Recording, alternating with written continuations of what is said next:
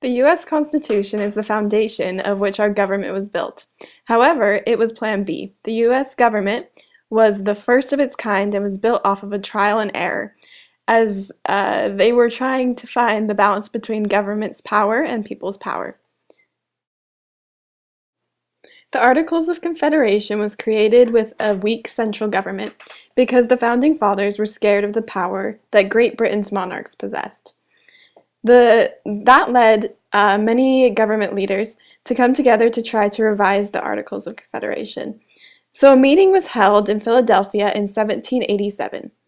Delegates wanted to work off of what they had already made by the Founding Fathers, but some delegates, namely George Washington and James Madison, came up with a brilliant idea of a brand new government.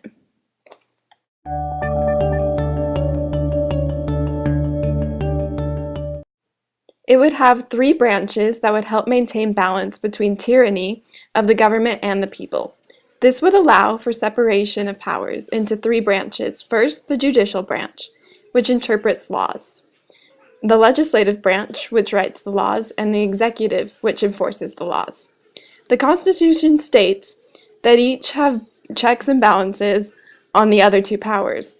Congress can write laws, while the president can veto them, and the judicial system can find laws null if they find them unconstitutional. These three branches are the foundation of the Constitution and the government that we have today.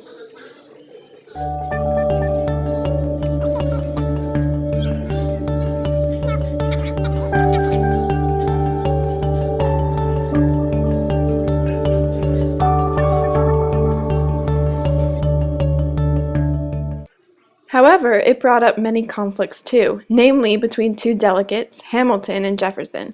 Hamilton was big into strong central government with a loose interpretation of the Constitution, while Jefferson wanted to protect the people's rights and leaned towards a less powerful government with a strict interpretation of the federal government's power.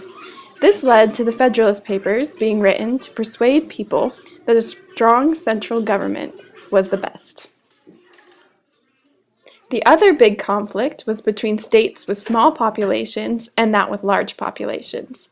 The small states, like New Jersey, wanted representation to be divided equally between states, while large states, like Virginia, wanted representation to be based on population size.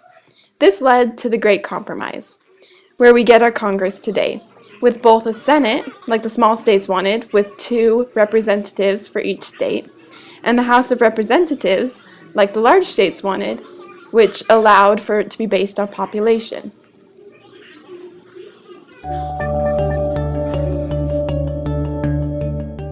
The Constitution allowed for the government to have an increase in power that it previously had not, but also allowed the people to maintain power up from the government in the form of a Bill of Rights, which constitutionally bound the government to uphold these rights, further maintaining the balance we have today.